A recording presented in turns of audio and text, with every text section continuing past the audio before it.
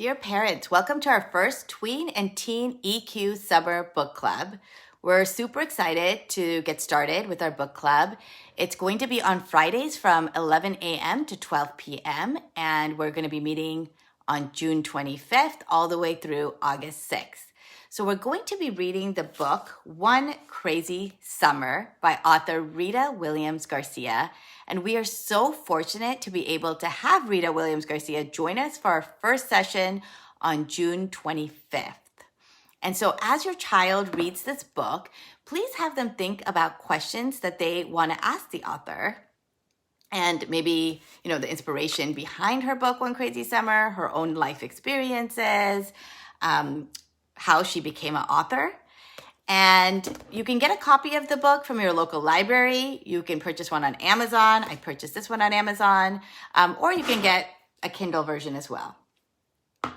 So for the first session, please have your child read the first 4 chapters of the book. Now, in the book, the chapters are not labeled. So I want you to read up to page 29. And so the chapters are named. So the first chapter is Cassius Clay Clouds. We have chapter 2, which is the Golden Gate Bridge. Chapter 3, Secret Agent Mother. And chapter 4, Green Stucco House.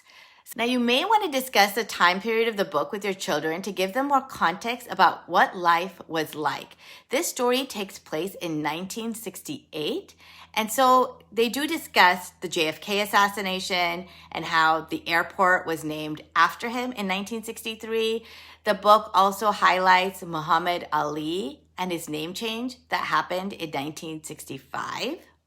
It also talks about Huey Newton and H. Rap Brown and their relationship to the Black Panther Party. Now, the Black Panther Party was this political organization that was founded in October 1966 in Oakland, California by Huey Newton, which was mentioned in the book, and Bob Seale. The party's original purpose was to patrol African American neighborhoods to protect residents from acts of police brutality. And in the book, they do talk about how it was a revolutionary organization with an ideology of nationalism, socialism, and armed self-defense. It was also known as part of the Black Power movement.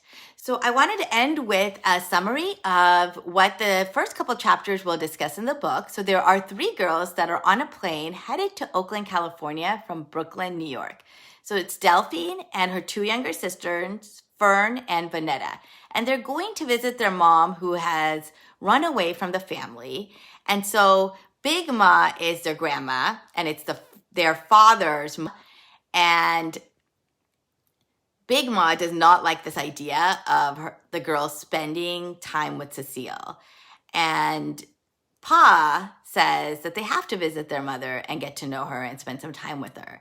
So Delphine is the older one, so she is responsible for taking care of her 2 younger sisters on the plane.